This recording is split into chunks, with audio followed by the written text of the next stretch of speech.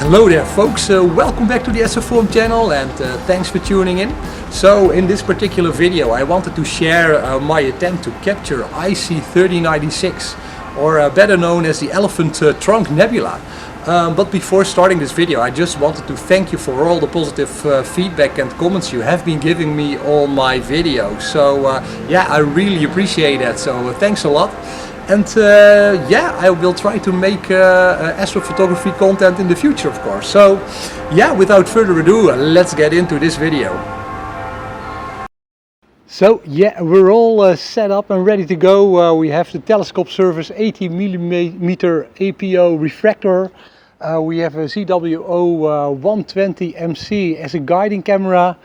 And an Oiii 50mm guide scope.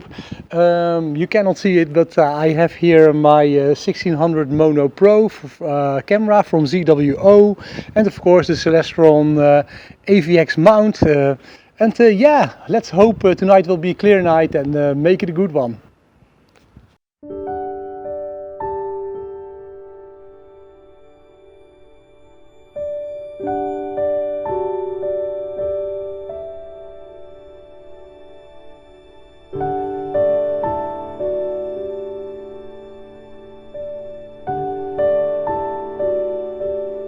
So yeah, this is one of those nights that everything is working out, so I'm really happy.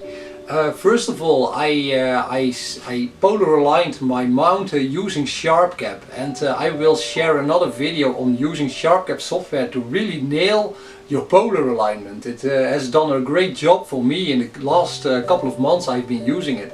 And yeah, I see very little deviation or variations in the declination axis when I'm tracking the stars. So yeah, really useful software, at least according to me.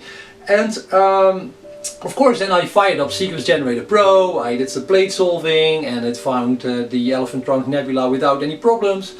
I rotated my camera a little bit because I don't have an auto rotator yet.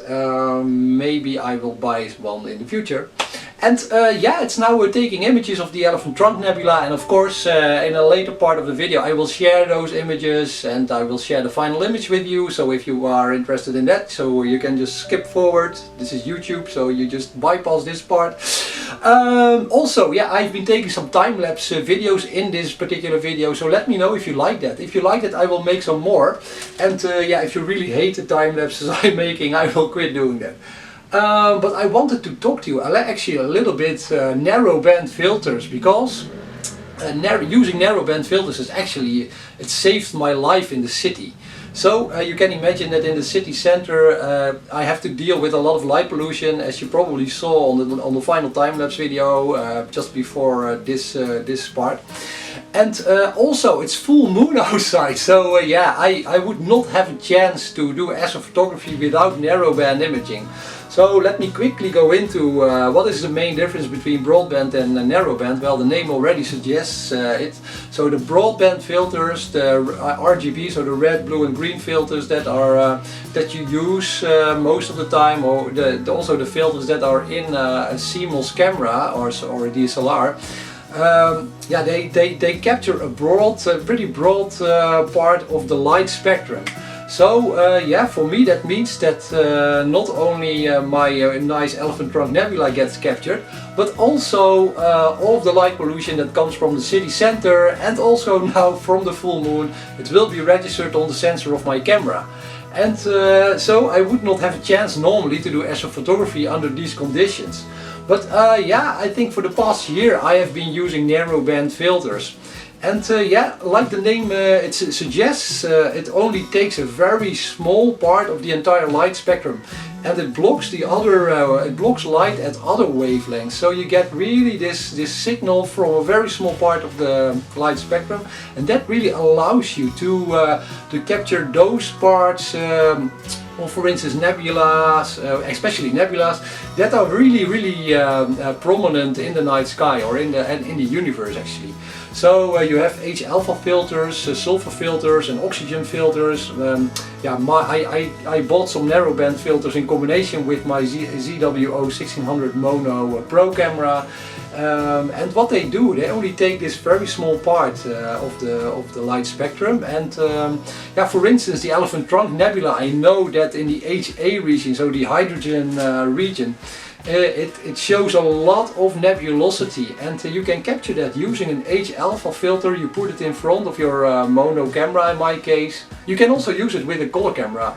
It has a little bit diminished returns, but you can use it also with a DSLR. So you take a narrowband H-alpha filter, you put it in front of your camera, and then it only captures this small wavelength. And you will see when you capture a nebula like Horsehead Nebula, Orion Nebula, and in my case now the Elephant Trunck Nebula, of course, it will show that nebulosity, and it's great to include that information in the final picture. It really improves your astrophotography endeavors.